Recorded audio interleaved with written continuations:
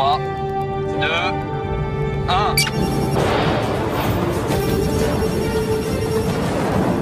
Ouverture du parachute. Largage du parachute de freinage. Moteur principaux. 103%. 8000 mètres. Ceci ne sera bientôt plus de la science-fiction. Au cours de ce siècle, des êtres humains vont vraiment partir en expédition vers la planète Mars. Moins 10 mètres. Train d'atterrissage.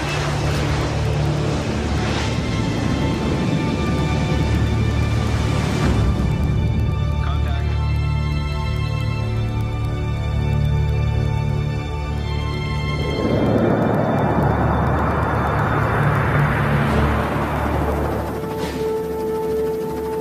Aujourd'hui sur Terre, le compte à rebours de l'expédition la plus héroïque du XXIe siècle, l'exploration de Mars par les hommes, vient d'être déclenché.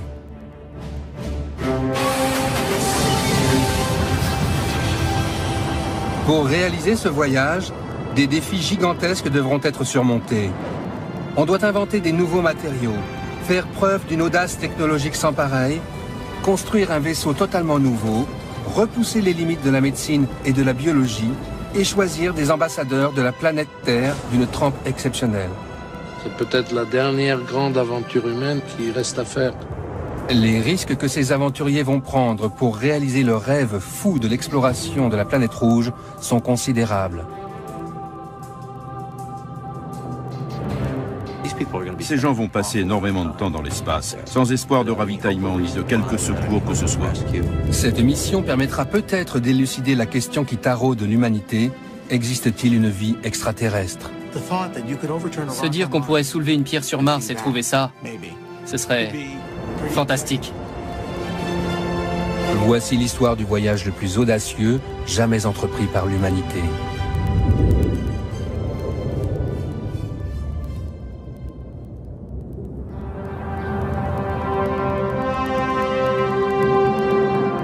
L'exploration de la planète rouge a démarré il y a près d'un demi-siècle. Des dizaines de sondes orbitales et quelques robots de reconnaissance de la surface martienne ont été lancés. Mais les mystères de Mars sont coriaces.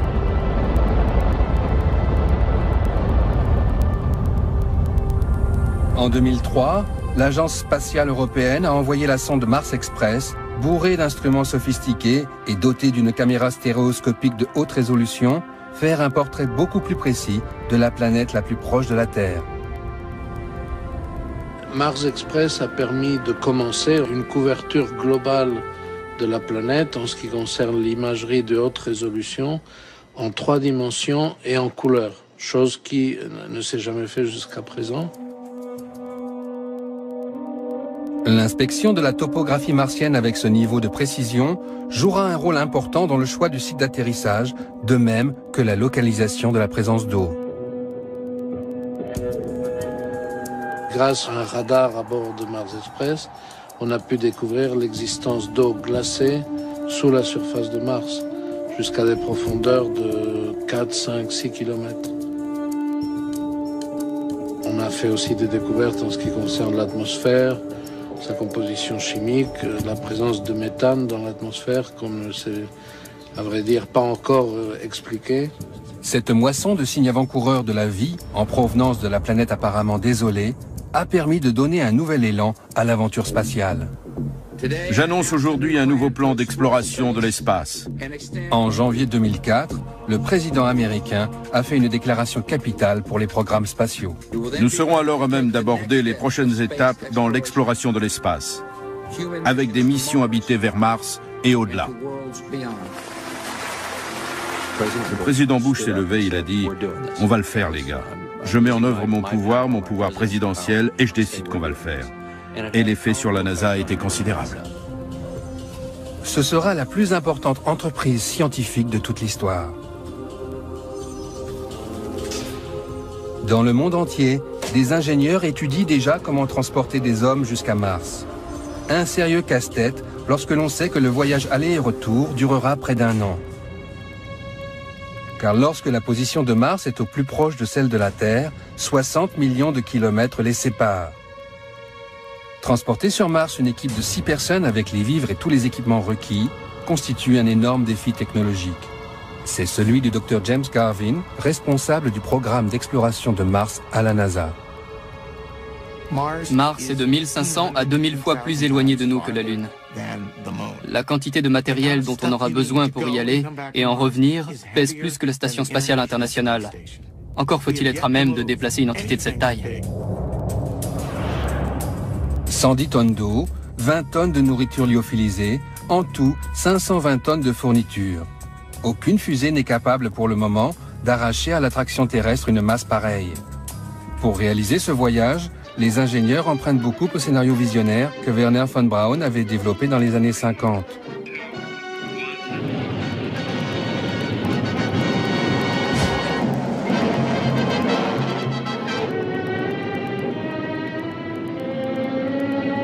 Notamment, l'idée de recourir à de multiples lancements pour acheminer sur l'orbite terrestre les éléments du vaisseau de transfert martien avant de l'assembler et de l'envoyer vers Mars.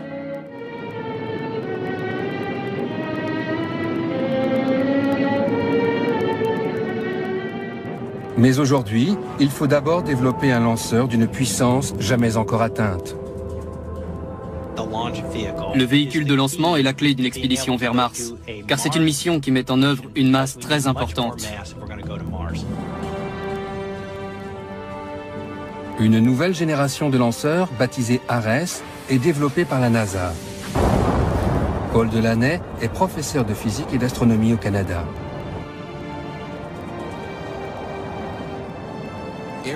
Ares sera le pivot de toute l'opération pour acheminer tous les composants dans l'espace au cours de la préparation du voyage vers Mars.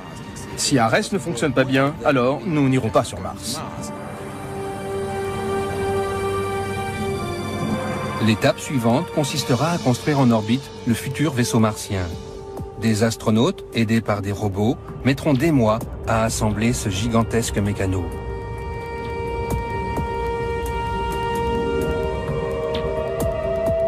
Lorsque le plus grand véhicule de transfert interplanétaire jamais construit sera terminé, 6 astronautes le rejoindront avant d'entamer leur long voyage vers Mars. Conquérir la planète rouge est un projet qui a une longue histoire en Russie. Leur plus puissant groupe aérospatial, Energia, a conçu un véhicule spatial réutilisable à l'image de la navette américaine.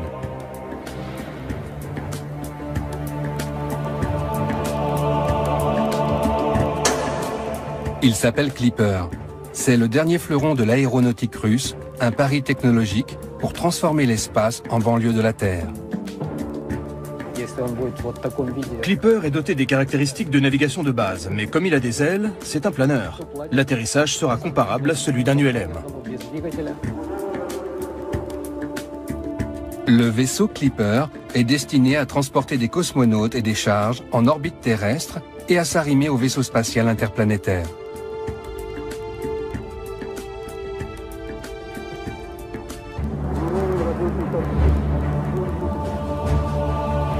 Ce vaisseau existe déjà à l'état de maquette. Il a été construit sous la direction de Leonid Gorshkov. Les techniciens russes peuvent s'appuyer sur une expérience unique en aéronautique, acquise pendant près de 40 ans de vols habités.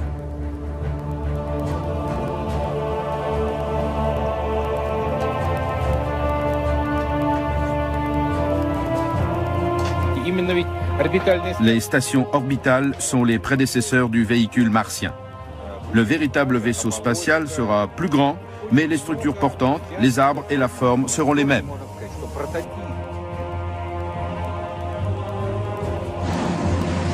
Les Russes ont de longue date adopté le scénario de Wernher von Braun. Eux aussi assembleront leur vaisseau martien dans l'espace, après l'avoir acheminé en pièces détachées grâce à plusieurs lancements.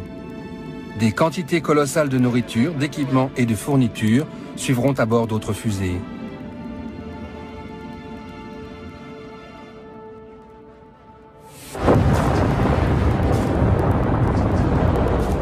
On dit qu'une malédiction plane sur les missions vers la planète rouge. 2 tiers d'entre elles ont échoué. L'échec d'une mission habitée entraînerait la mort de 6 astronautes, un risque que personne ne veut courir.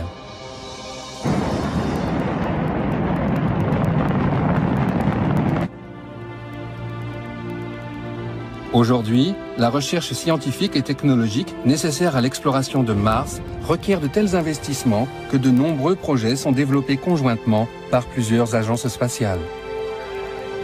Je pense que cela va donner lieu à une véritable coopération internationale. Je ne crois pas qu'un pays, à lui seul, ait les moyens financiers ou techniques de faire cavalier seul. Ce serait de la pure folie que de vouloir faire bande à part.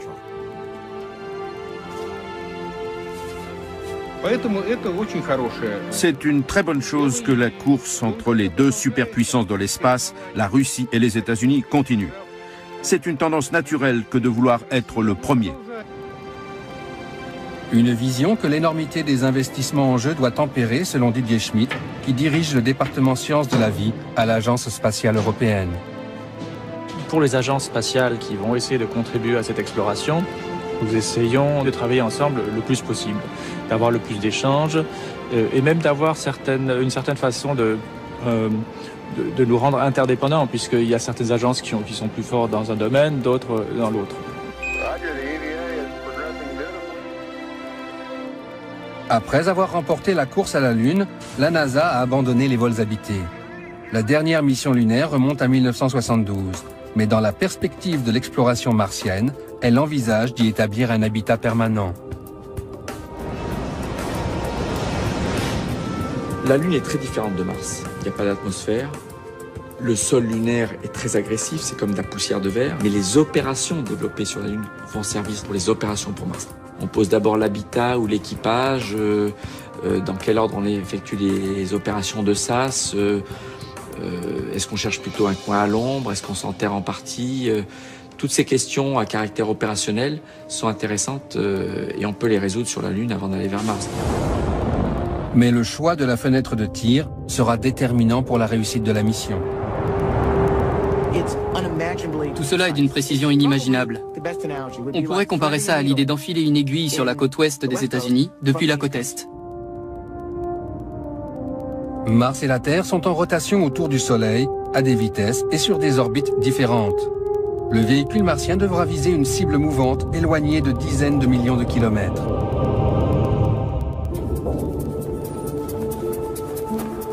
À l'Agence spatiale européenne comme dans les autres agences, on cherche à établir la meilleure trajectoire possible.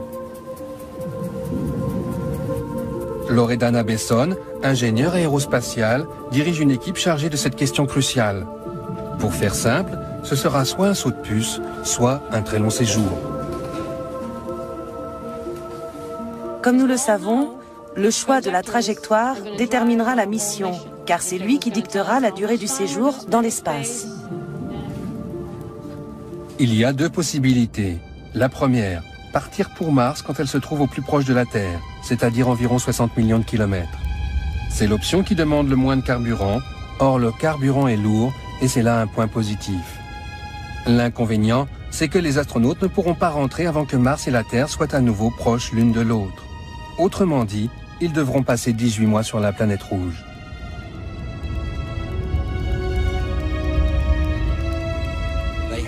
Ils devront attendre que la mécanique céleste se réaligne, si j'ose dire. Il faut que la Terre et Mars soient au bon endroit au bon moment pour que le véhicule puisse s'en retourner en toute sécurité vers la Terre.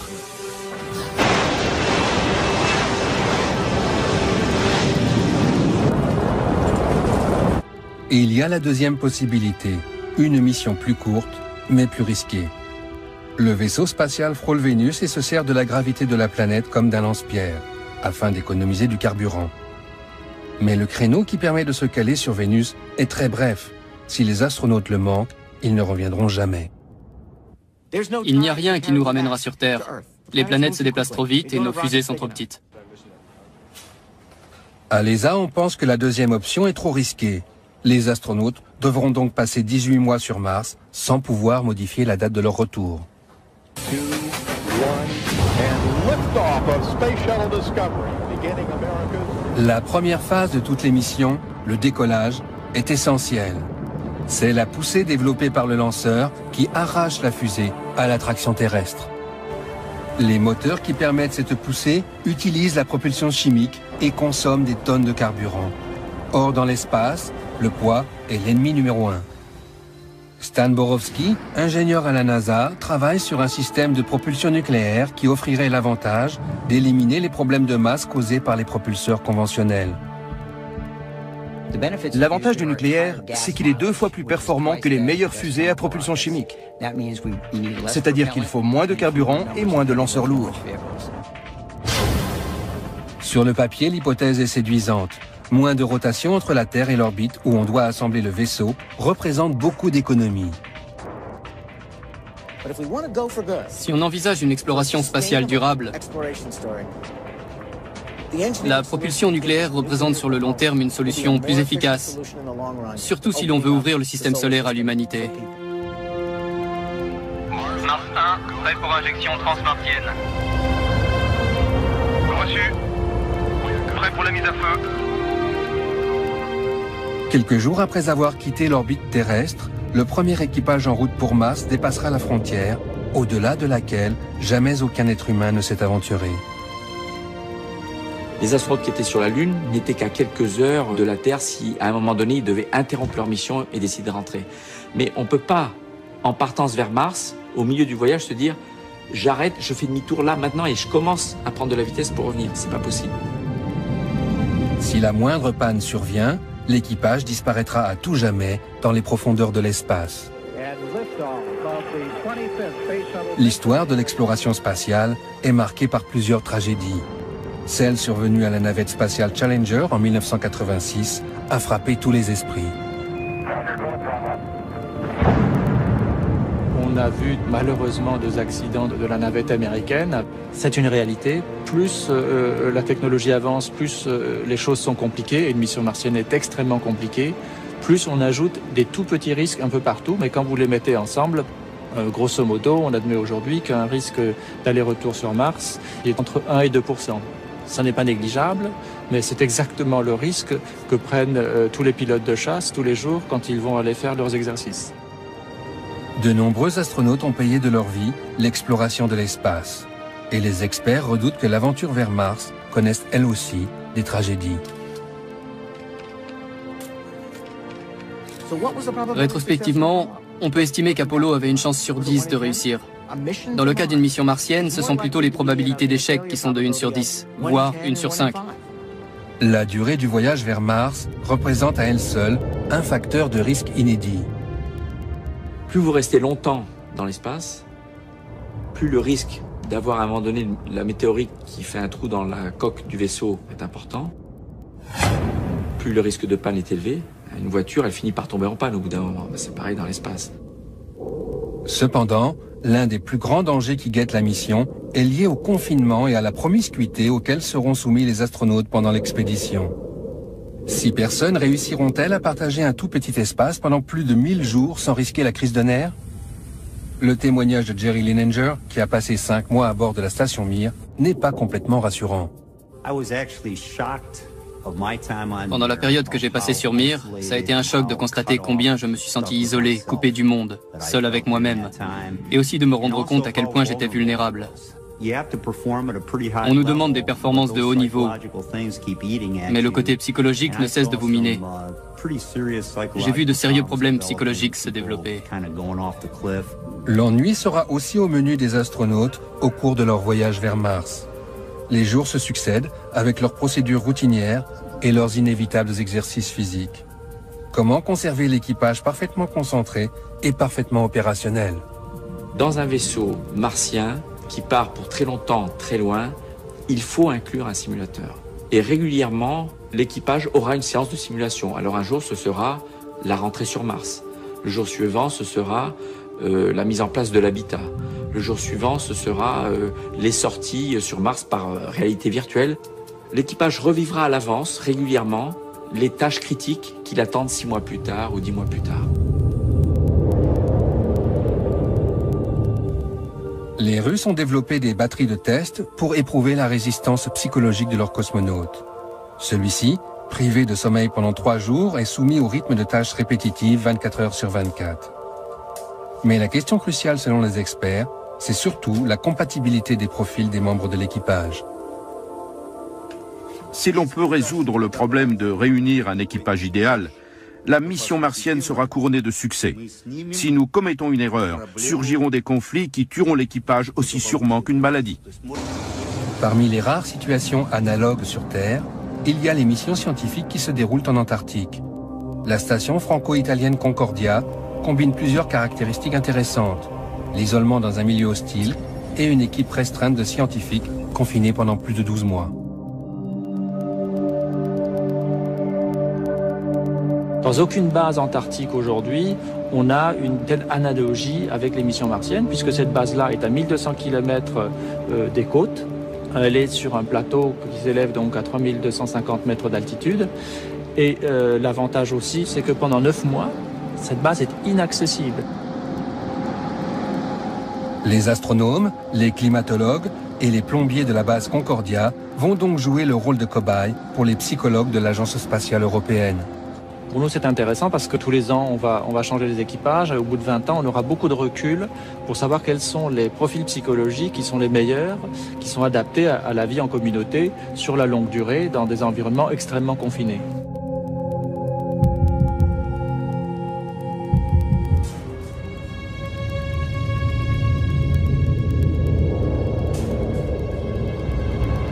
Si les menaces d'ordre psychologique sont sérieuses, les conséquences d'un aussi long séjour en apesanteur sont dévastatrices pour le corps. Les os se fragilisent et les muscles s'affaiblissent de façon spectaculaire. Un homme de 40 à 45 ans faisant l'aller-retour sur Mars reviendrait avec l'ossature d'un individu de 90 ans.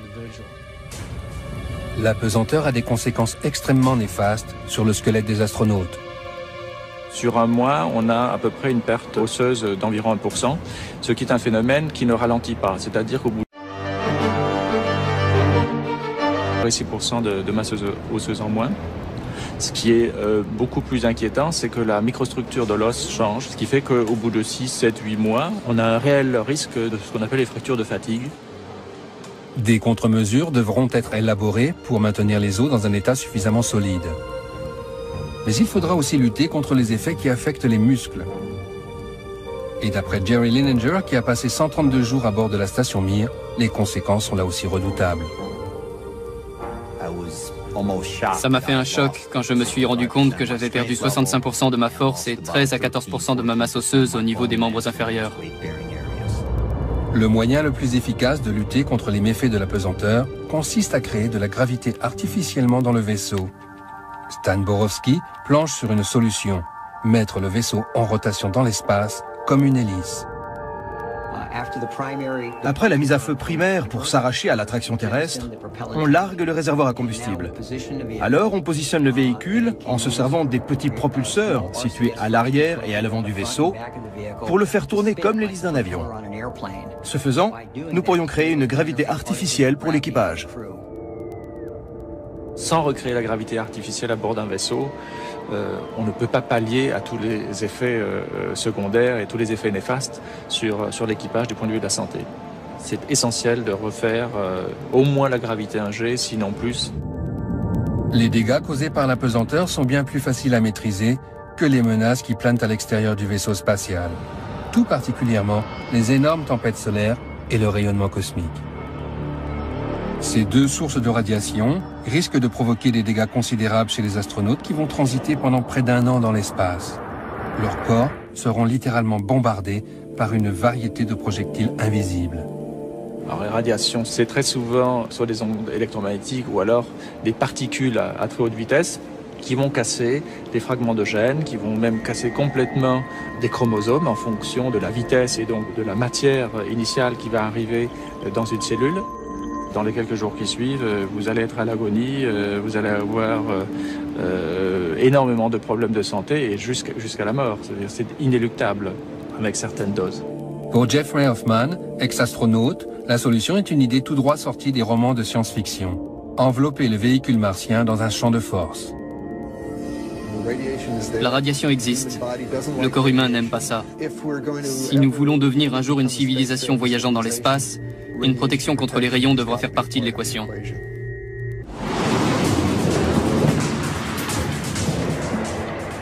Quels seront les candidats prêts à affronter les dangers de cette nouvelle aventure spatiale? Des pilotes de chasse comme autrefois? Pas sûr qu'un accro à l'adrénaline ait le profil requis pour une mission d'exploration de 2 ans et demi. Les premiers équipages iront là où l'homme n'est jamais allé auparavant. Donc ce seront plus des explorateurs que des opérateurs. Ils devront être opérateurs forcément pour savoir gérer leur vaisseau, pour savoir le mettre en œuvre, savoir contrôler certains processus de régulation, de température, de pression, etc. La plupart des agences spatiales comptent envoyer des équipages mixtes pour cette odyssée au long cours. Un équipage comptant des femmes est presque unanimement considéré comme plus stable. Et les relations sexuelles entre astronautes ne font plus peur aux responsables des missions depuis longtemps. Il n'y a pas de quoi s'inquiéter. Laissez donc faire ces gens qui disposent des compétences nécessaires et les autres problèmes se régleront d'eux-mêmes. Une dernière menace plane sur la stabilité émotionnelle des astronautes. Bien des choses peuvent se produire sur Terre au cours de leurs 2 années et demie d'absence.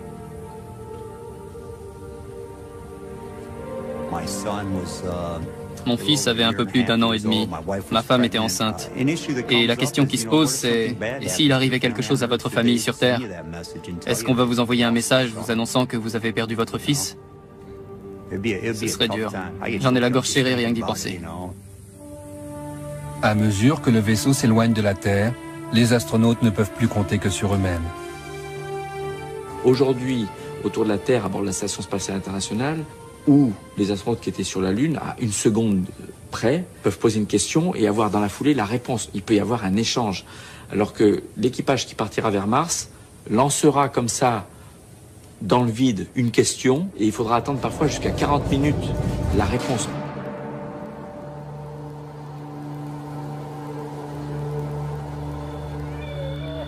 Les observations des sondes Viking, qui les premières se sont posées sur la surface de Mars au milieu des années 70, n'étaient guère une invitation à entreprendre la grande aventure. Viking a mené des expériences pour déterminer la présence de vie, c'est-à-dire de vie microbienne. Et à l'issue de la mission, il semblait bien que Mars fût un désert stérile et polaire. Mars est une planète extrêmement hostile. Il y règne une désolation indicible, un froid insupportable. Son relief est tourmenté, les volcans immenses succèdent aux canyons gigantesques, et sa surface est balayée par de redoutables tempêtes de poussière.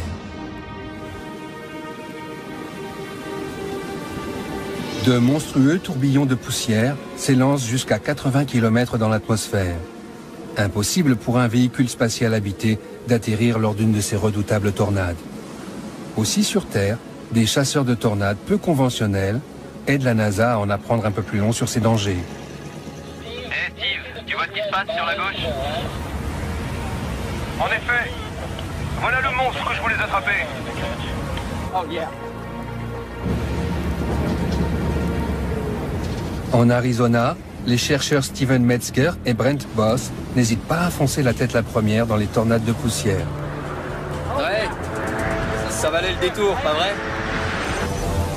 Sur Terre, une tempête d'une bonne vingtaine de mètres de large qui dure 20 minutes peut soulever plusieurs tonnes de poussière dans les airs. Sur Mars, il y a la même terre sèche que sur Terre. Mais Mars se compose d'un seul grand désert où les tempêtes soulèvent tout le temps et partout des montagnes de poussière. Mars est connu pour ses tempêtes de poussière. On peut donc tout à fait y affronter d'énormes rafales de sable. Et quelle que soit la façon dont on s'y prend, l'atterrissage sera un défi. Pour optimiser la réussite de la mission, de nombreux moyens sont déployés afin de trouver les meilleurs sites d'atterrissage. Nous devons choisir le site d'atterrissage des missions habitées avec une grande précision. Il faut opter pour un site sûr et susceptible de convenir aux futurs vols et atterrissages. Nous devons commencer par examiner l'histoire hydrométrique et la possibilité de vie aujourd'hui et dans le passé. Tels sont les critères qui vont déterminer le choix d'un lieu d'atterrissage. D'autres repérages sont prévus pour affiner la sélection des sites d'atterrissage du premier vaisseau humain sur la planète rouge. Si ExoMars parvient à échapper à la malédiction des missions martiennes, elle promènera un véritable laboratoire à 6 roues, capable de partir à la recherche de la vie.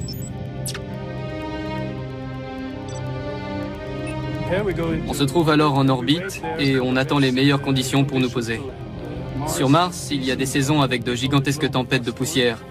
Et elles peuvent sérieusement endommager tout ce qui est atterri ou bien se trouve déjà sur la surface.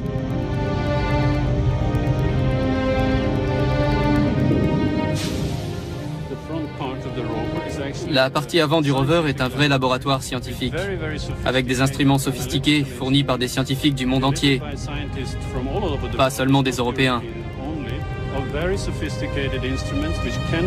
Ces instruments peuvent analyser directement des échantillons pour voir s'il y a des acides aminés ou des traces de ce qu'on appelle sur Terre la vie. Pour la mission habitée sur Mars, savoir où atterrir est une question cruciale, mais pas aussi cruciale que l'atterrissage lui-même. Le module d'atterrissage doit se séparer du véhicule principal qui, lui, reste en orbite. Les astronautes affrontent alors la partie la plus dangereuse de toute la mission: traverser l'atmosphère martienne et se poser avec succès.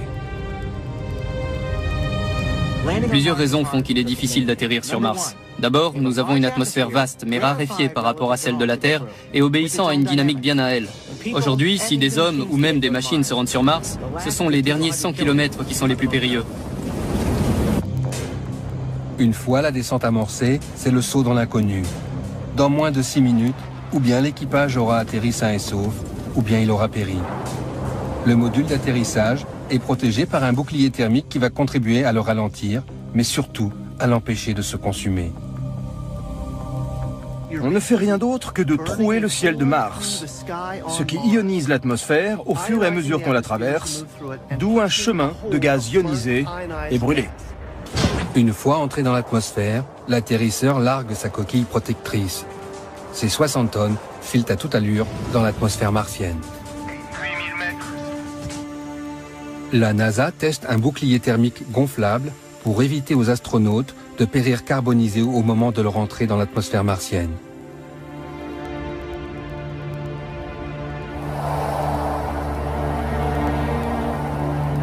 Compris, on passe en mode secondaire. On prend le vent.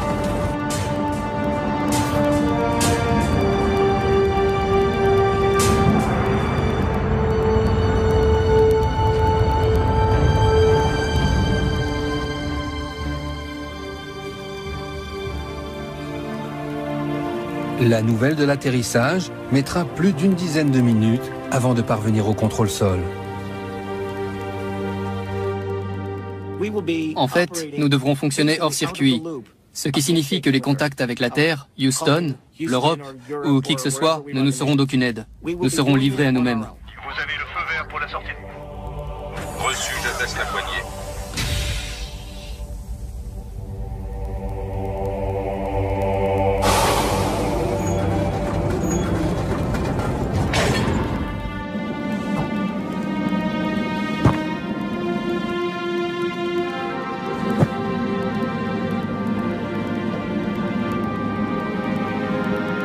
Les premiers humains qui parcourront Mars découvriront une planète qui, malgré les apparences, n'en partage pas moins certaines ressemblances avec la Terre.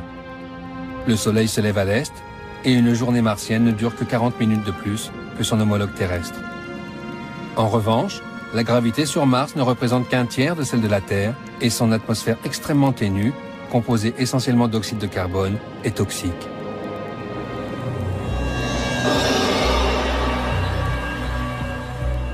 Lorsque les astronautes quitteront la protection de leur base, ils feront face aux redoutables conditions de l'atmosphère martienne. Sans un scaphandre approprié, ils ne survivront ni à l'atmosphère toxique, ni au froid. Pour travailler dans cet environnement hostile, ils devront être équipés d'une super combinaison de l'espace. La mobilité et la flexibilité sont les grands défis que nous devrons relever. Et j'y ajouterai celui du poids, car il est étroitement lié à cette problématique. Ce scaphandre est un bijou composé de 20 000 pièces, permettant aux astronautes la plus grande liberté de mouvement. Le scaphandre intègre son propre système de survie, son propre contrôle thermique et assure suffisamment de mobilité pour que l'on puisse se déplacer à la surface de Mars tout en étant protégé de cet environnement très hostile.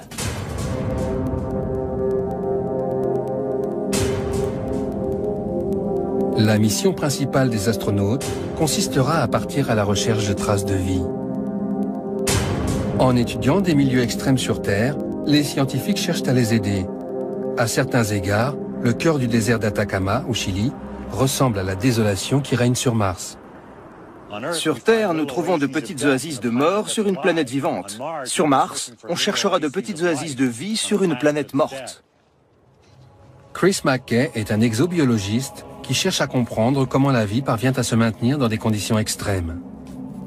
Dans cet univers ultra-désertique, il a découvert de la vie microbienne et il espère que cela aidera les astronautes lors de leurs recherches sur Mars. Les gens se sont dit, si la vie est tellement riche sur Terre et existe dans des endroits aussi difficiles où auparavant personne ne pensait que ça pouvait exister, pourquoi pas sur Mars après tout? Les envoyés des terriens disposeront d'instruments robotisés pour détecter la moindre trace de vie dans le sol martien. Mais depuis qu'on a découvert que certaines bactéries se nourrissent de roches, on imagine que la vie s'est peut-être réfugiée au fond d'immenses tunnels de lave. Si l'on trouve de la vie sur Mars, cela risque de poser un nouveau problème. Que faire si l'un de ces microbes s'avère dangereux, voire mortel pour les humains? Que se passera-t-il si un agent pathogène martien est rapporté sur Terre? John Rummel, exobiologiste à la NASA, veille sur la sécurité sanitaire des terriens. S'il y a de la vie sur Mars, nous aimerions bien sûr en connaître plus sur elle avant qu'elle ne soit rapportée sur Terre. Il y a peu de chances pour que cela soit un risque pathogène pour les humains, mais il pourrait s'agir d'un microbe que notre système immunitaire ne sache pas reconnaître, ou de quelque chose qui pose problème à l'environnement. C'est pourquoi nous tenons à ce que ces choses-là soient rapportées en toute sécurité. Afin d'éviter toute contamination, les astronautes devront observer une période de quarantaine à leur retour de Mars, comme les héros de la conquête de la Lune l'ont fait avant eux. Après 2 ans et demi loin de leur famille, il leur faudra tenir bon encore quelques temps dans une unité de confinement. Qui dit trace de vie sur une autre planète, ça veut dire quelque chose qu'on ne connaît, mais alors pas du tout. On ne sait pas quel est le danger, mais on a la quasi-certitude qu'il y a un danger. Pendant ce temps, dans le Grand Nord canadien, Pascal Lee, chercheur à la NASA, teste les meilleurs scénarios de la recherche de l'eau sur Mars. Partout sur Terre où il y a de l'eau, il y a de la vie. Il pourrait même y avoir encore de la vie sur Mars aujourd'hui, à condition qu'on y découvre de l'eau liquide. De récentes photos de Mars faites par la mission Mars Express mettent clairement en évidence des ruissellements d'eau au cours de la dernière décennie. D'après les données recueillies par la sonde, il y a probablement d'importantes réserves d'eau gelée dans le sous-sol. Pour trouver de la vie sur Mars, on dispose aussi d'autres indices. Ainsi, il y a 23 millions d'années, un astéroïde géant s'est fracassé sur l'île de Devon dans le Grand Nord canadien. La collision a créé un gigantesque cratère en pulvérisant et projetant des millions de tonnes de roches alentour.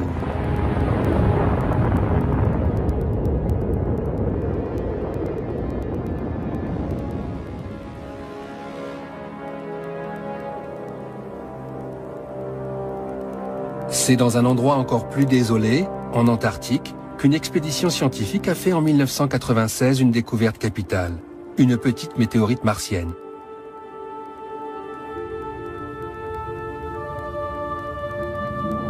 À l'intérieur, d'infimes traces que certains chercheurs considèrent comme des empreintes de bactéries martiennes. Une polémique entoure ces microscopiques alignements de minéraux, mais ils ont indiscutablement relancé la spéculation sur une vie extraterrestre.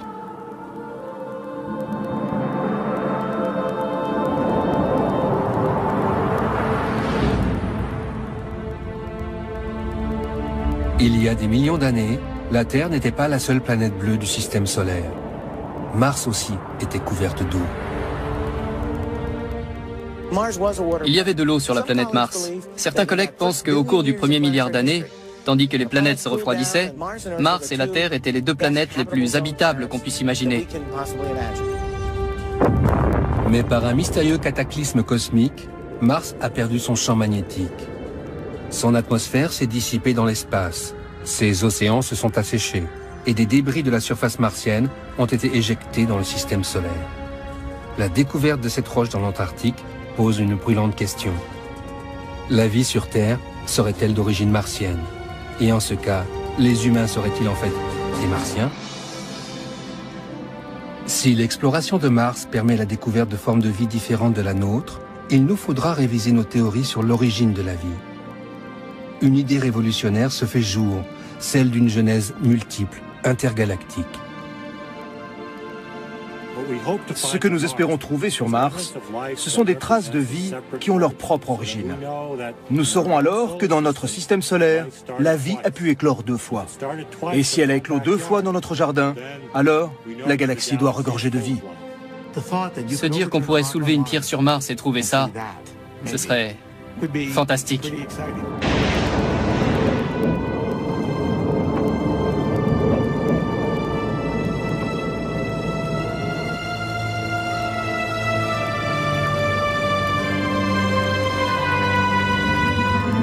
La base martienne du XXIe siècle deviendra une petite colonie, réalisant ce rêve humain d'habiter un territoire jadis interdit. Ce premier voyage sera peut-être le premier pas vers une occupation humaine de Mars. La science moderne rêve de pouvoir faire reverdir la planète rouge. C'est un sérieux défi. Un jour viendra où peut-être nous devrons fuir la Terre. C'est que si une comète ou un astéroïde nous fonce dessus maintenant, on ne sera pas plus avancé que les dinosaures. Tout ce qu'on pourra faire, c'est regarder ce qui nous arrive avec un air idiot.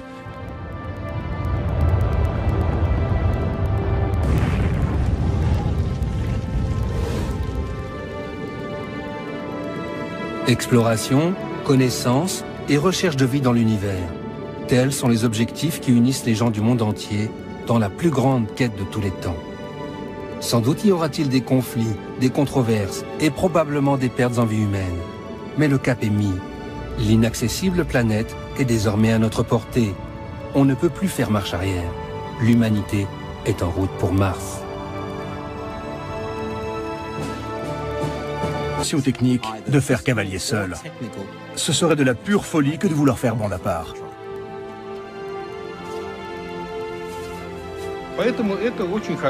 C'est une très bonne chose que la course entre les 2 superpuissances de l'espace, la Russie et les États-Unis, continue. C'est une tendance naturelle que de vouloir être le premier. Une vision que l'énormité des investissements en jeu doit tempérer, selon Didier Schmidt, qui dirige le département sciences de la vie à l'Agence spatiale européenne. Pour les agences spatiales qui vont essayer de contribuer à cette exploration, nous essayons de travailler ensemble le plus possible, d'avoir le plus d'échanges et même d'avoir une certaine façon de nous rendre interdépendants, puisqu'il y a certaines agences qui sont plus fortes dans un domaine, d'autres dans l'autre. Après avoir remporté la course à la Lune, la NASA a abandonné les vols habités. La dernière mission lunaire remonte à 1972, mais dans la perspective de l'exploration martienne, elle envisage d'y établir un habitat permanent. La Lune est très différente de Mars. Il n'y a pas d'atmosphère. Le sol lunaire est très agressif, c'est comme de la poussière de verre. Mais les opérations développées sur la Lune vont servir pour les opérations pour Mars. On pose d'abord l'habitat ou l'équipage, dans quel ordre on effectue les opérations de SAS, est-ce qu'on... Une vision que l'énormité des investissements en jeu doit tempérer, selon Didier Schmidt, qui dirige le département sciences de la vie à l'Agence spatiale européenne. Pour les agences spatiales qui vont essayer de contribuer à cette exploration, nous essayons de travailler ensemble le plus possible, d'avoir le plus d'échanges et même d'avoir une certaine façon de nous rendre interdépendants, puisqu'il y a certaines agences qui sont plus fortes dans un domaine, d'autres dans l'autre. Après avoir remporté la course à la Lune, la NASA a abandonné les vols habités. La dernière mission lunaire remonte à 1972, mais dans la perspective de l'exploration martienne, elle envisage d'y établir un habitat permanent. La Lune est très différente de Mars. Il n'y a pas d'atmosphère. Le sol lunaire est très agressif, c'est comme de la poussière de verre. Mais les opérations développées sur la Lune vont servir pour les opérations pour Mars. On pose d'abord l'habitat ou l'équipage, dans quel ordre on effectue les opérations de SAS, est-ce qu'on cherche plutôt un coin à l'ombre, est-ce qu'on s'enterre en partie, toutes ces questions à caractère opérationnel sont intéressantes et on peut les résoudre sur la Lune avant d'aller vers Mars. Mais le choix de la fenêtre de tir sera déterminant pour la réussite de la mission. Tout cela est d'une précision inimaginable. On pourrait comparer ça à la première dans les tornades de poussière. Ouais, ça Ça valait le détour, pas vrai?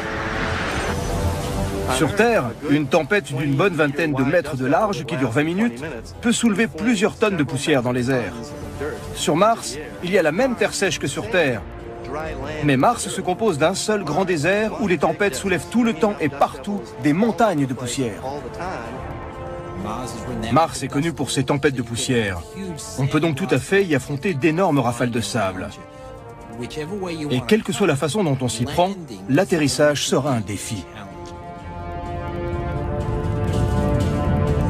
Pour optimiser la réussite de la mission, de nombreux moyens sont déployés afin de trouver les meilleurs sites d'atterrissage. Nous devons choisir le site d'atterrissage des missions habitées avec une grande précision.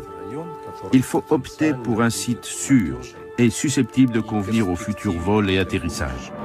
Nous devons commencer par examiner l'histoire hydrométrique et la possibilité de vie aujourd'hui et dans le passé. Tels sont les critères qui vont déterminer le choix d'un lieu d'atterrissage. D'autres repérages sont prévus pour affiner la sélection des sites d'atterrissage du premier vaisseau humain sur la planète rouge. Si ExoMars parvient à échapper à la malédiction des missions martiennes, elle promènera un véritable laboratoire à 6 roues, capable de partir à la recherche de la vie.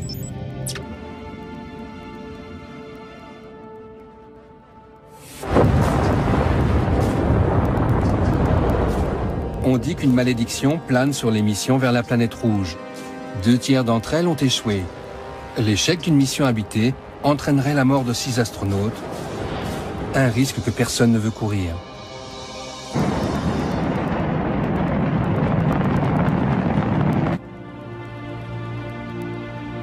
Aujourd'hui, la recherche scientifique et technologique nécessaire à l'exploration de Mars requiert de tels investissements que de nombreux projets sont développés conjointement par plusieurs agences spatiales.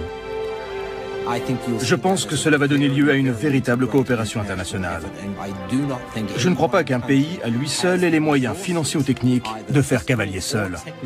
Ce serait de la pure folie que de vouloir faire bande à part.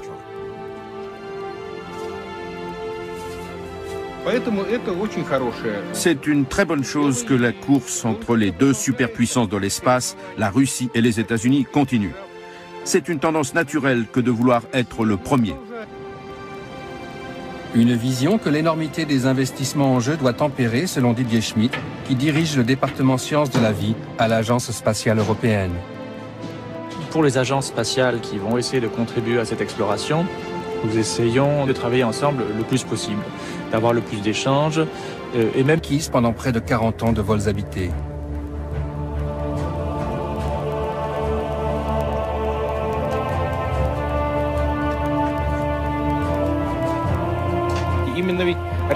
Les stations orbitales sont les prédécesseurs du véhicule martien. Le véritable vaisseau spatial sera plus grand, mais les structures portantes, les arbres et la forme seront les mêmes.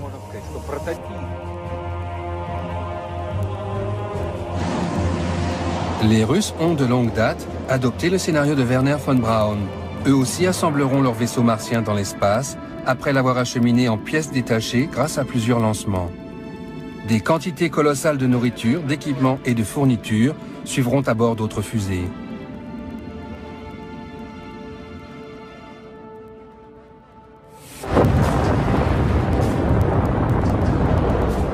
On dit qu'une malédiction plane sur les missions vers la planète rouge. 2 tiers d'entre elles ont échoué. L'échec d'une mission habitée entraînerait la mort de 6 astronautes, un risque que personne ne veut courir.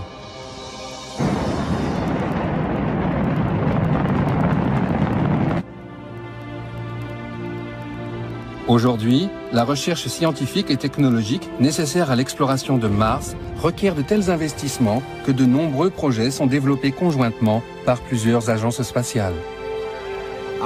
Je pense que cela va découvrir l'existence d'eau glacée sous la surface de Mars, jusqu'à des profondeurs de 4, 5, 6 km. On a fait aussi des découvertes en ce qui concerne l'atmosphère, sa composition chimique, la présence de méthane dans l'atmosphère, qu'on ne sait, à vrai dire, pas encore expliqué. Cette moisson de signes avant-coureurs de la vie, en provenance de la planète apparemment désolée, a permis de donner un nouvel élan à l'aventure spatiale. J'annonce aujourd'hui un nouveau plan d'exploration de l'espace. En janvier 2004, le président américain a fait une déclaration capitale pour les programmes spatiaux. Nous serons alors à même d'aborder les prochaines étapes dans l'exploration de l'espace, avec des missions habitées vers Mars et au-delà. Le président Bush s'est levé, il a dit « On va le faire, les gars. Je mets en œuvre mon pouvoir présidentiel, et je décide qu'on va le faire. » Et l'effet sur la NASA a été considérable. Ce sera la plus importante entreprise scientifique de toute l'histoire. Dans le monde entier, des ingénieurs étudient déjà comment transporter des hommes jusqu'à Mars. Un sérieux casse-tête lorsque l'on sait que le voyage aller et retour durera près d'1 an. Car lorsque la position de Mars est au plus proche de celle de la Terre, 60 millions de kilomètres les séparent. Transporter sur Mars une équipe de 6 personnes. Notamment, l'idée de recourir à de multiples lancements pour acheminer sur l'orbite terrestre les éléments du vaisseau de transfert martien avant de l'assembler et de l'envoyer vers Mars.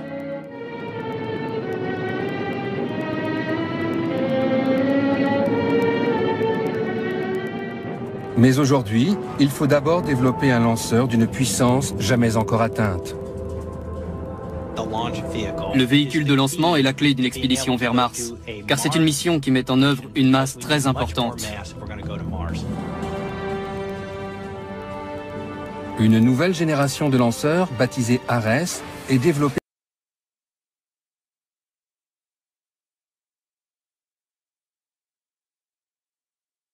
par la NASA. Paul Delaney est professeur de physique et d'astronomie au Canada.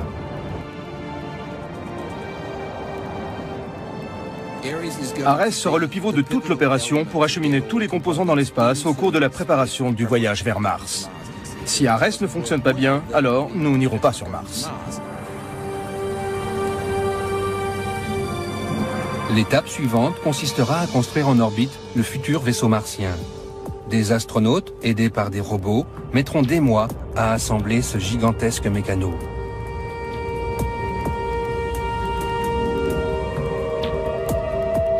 Lorsque le plus grand véhicule de transfert interplanétaire jamais construit sera terminé, 6 astronautes le rejoindront avant leur tragédie. Celle survenue à la navette spatiale Challenger en 1986 a frappé tous les esprits.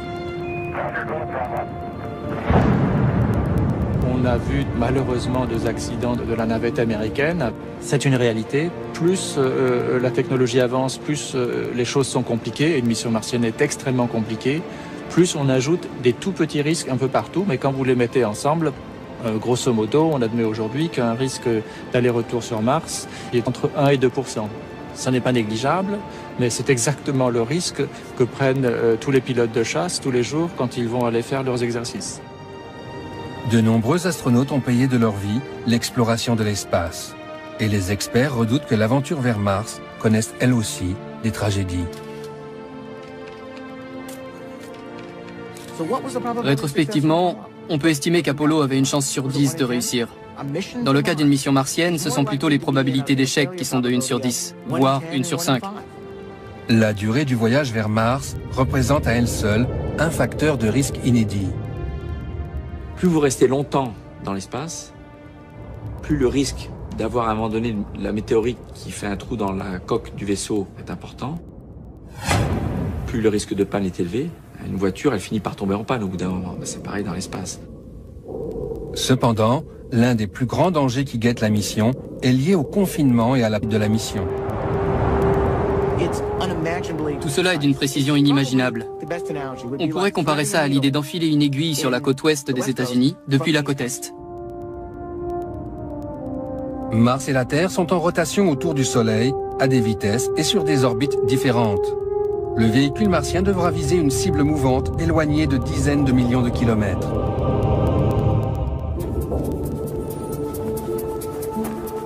À l'Agence spatiale européenne comme dans les autres agences, on cherche à établir la meilleure trajectoire possible.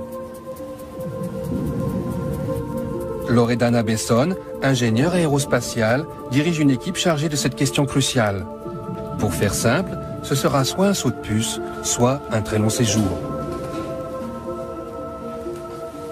Comme nous le savons, le choix de la trajectoire déterminera la mission, car c'est lui qui dictera la durée du séjour dans l'espace. Il y a deux possibilités. La première, partir pour Mars quand elle se trouve au plus proche de la Terre, c'est-à-dire environ 60 millions de kilomètres. C'est l'option qui demande le moins de carburant, or le carburant est lourd et c'est là un point positif. L'inconvénient, c'est que les astronautes ne pourront pas rentrer avant que Mars et la Terre soient à nouveau proches l'une de l'autre. Autrement dit, ils devront passer 18 mois sur la planète rouge. C'est une tendance naturelle que de vouloir être le premier. Une vision que l'énormité des investissements en jeu doit tempérer, selon Didier Schmidt, qui dirige le département sciences de la vie à l'Agence spatiale européenne. Pour les agences spatiales qui vont essayer de contribuer à cette exploration, nous essayons de travailler ensemble le plus possible, d'avoir le plus d'échanges et même d'avoir une certaine façon de nous rendre interdépendants, puisqu'il y a certaines agences qui sont plus fortes dans un domaine, d'autres dans l'autre. Après avoir remporté la course à la Lune, la NASA a abandonné les vols habités. La dernière mission lunaire remonte à 1972, mais dans la perspective de l'exploration martienne, elle envisage d'y établir un habitat permanent.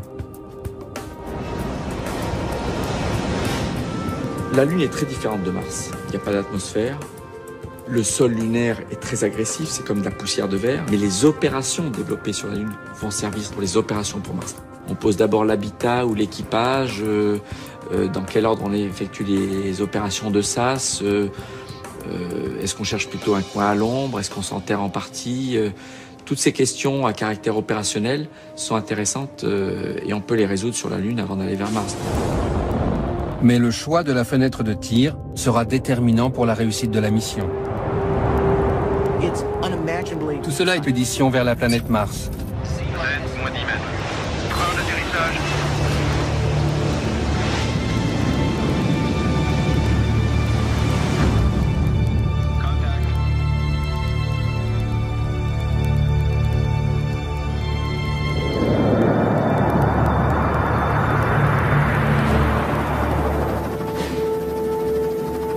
Aujourd'hui sur Terre, le compte à rebours de l'expédition la plus héroïque du XXIe siècle, l'exploration de Mars par les hommes, vient d'être déclenché.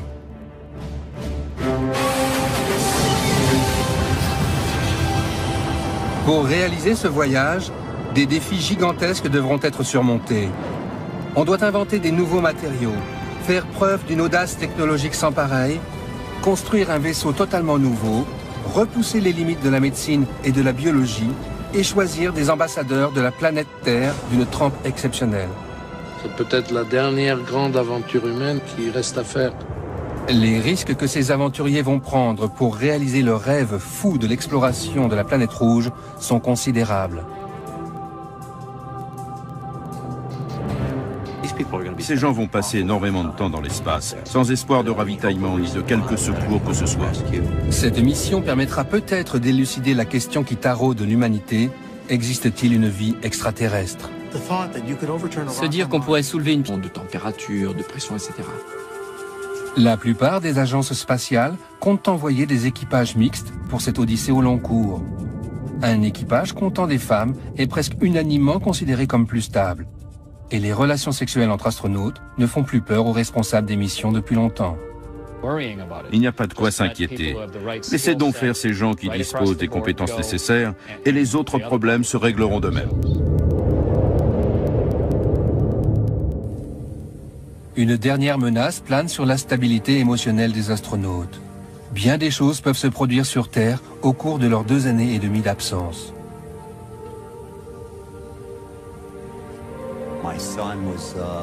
Mon fils avait un peu plus d'1 an et demi. Ma femme était enceinte. Et la question qui se pose, c'est « Et s'il arrivait quelque chose à votre famille sur Terre? Est-ce qu'on va vous envoyer un message vous annonçant que vous avez perdu votre fils ?» Ce serait dur. J'en ai la gorge serrée rien que d'y penser.